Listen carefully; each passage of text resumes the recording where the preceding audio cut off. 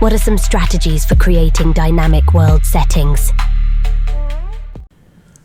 So I haven't really implemented this anywhere yet, but the idea that I have, and this is kind of one of my obsessions at the moment, is this idea of a dynamic world setting. One idea I have is that you create points of light or crux points throughout your area that your adventures are going to be taking place in, and you link things together. So, okay, these villages all supply food to this town. This town supplies guardsmen or whatever to these various towns in exchange. There are trade routes here, this, that, and the other is going on. And then if you change something about either the town or one or some or all of the villages, what are the knock-on effects of that? Then have that be something you consider. Right, so maybe bandits disrupt the trade routes.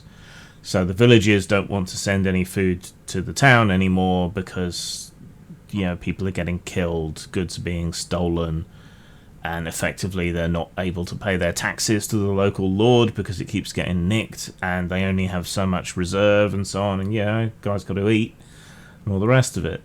So what happens there on the trade routes affects both the town by creating food shortages, expense, lack of tax revenue, and so on, and affects the villages because things are getting increasingly tense there. So you consider the sort of web of influence and change that creates.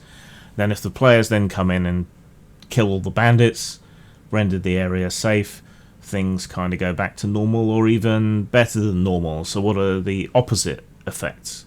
If everyone feels protected and free and able to move more material, trade more frequently, all the rest of it, how does that change the dynamic? Maybe the guilds in the town become more powerful. Maybe the lord gets more prestige because he's bringing in more tax, which he can then spend on public works or hosting the king or whatever else. So it's creating that web of ideas.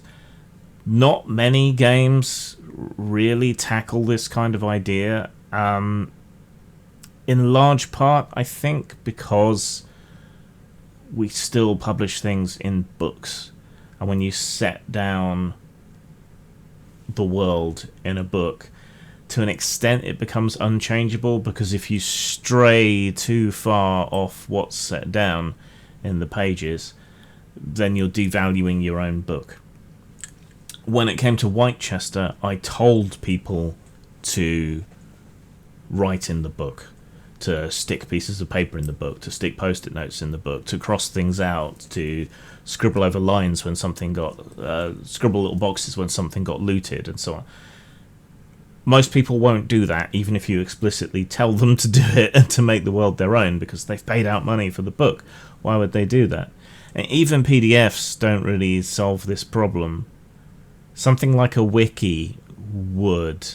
If you could create like a sort of baseline wiki for a world that people could buy, maybe, and host locally on their computer, then they could edit the world as they went along, and you could have hyperlinks between different parts of the world to show where that web of influence is. Seems like a lot of effort. But something like that is kind of where this idea would ultimately bear fruit, I think. So yeah, that's part of it. It's just considering how one thing influences another, influences another, influences another, and so on, and having a way to incorporate that, note that, think about it as you go along. I mean, you don't need to go through your entire book and change everything every time, but you can make note of events, and then when someone visits one of the places, you can go through the important events that have happened, consider how that has influenced the town, and change your descriptions and resources available and so on accordingly, which is a little bit less work. I always sing the praises of the game Underground by Mayfair Games on this, because it's the only game that I know of that really has a dynamic system for changing the world around you. So you'll do an adventure and maybe you create more security for the area, and so certain characteristics of the area go up, other characteristics of the area go down, and that creates new problems that the players can then address while they try to improve their neighborhood and create political and social change there. But most games don't do anything like that. It's one of my current obsessions, so maybe I'll come up with something, but there's some ideas.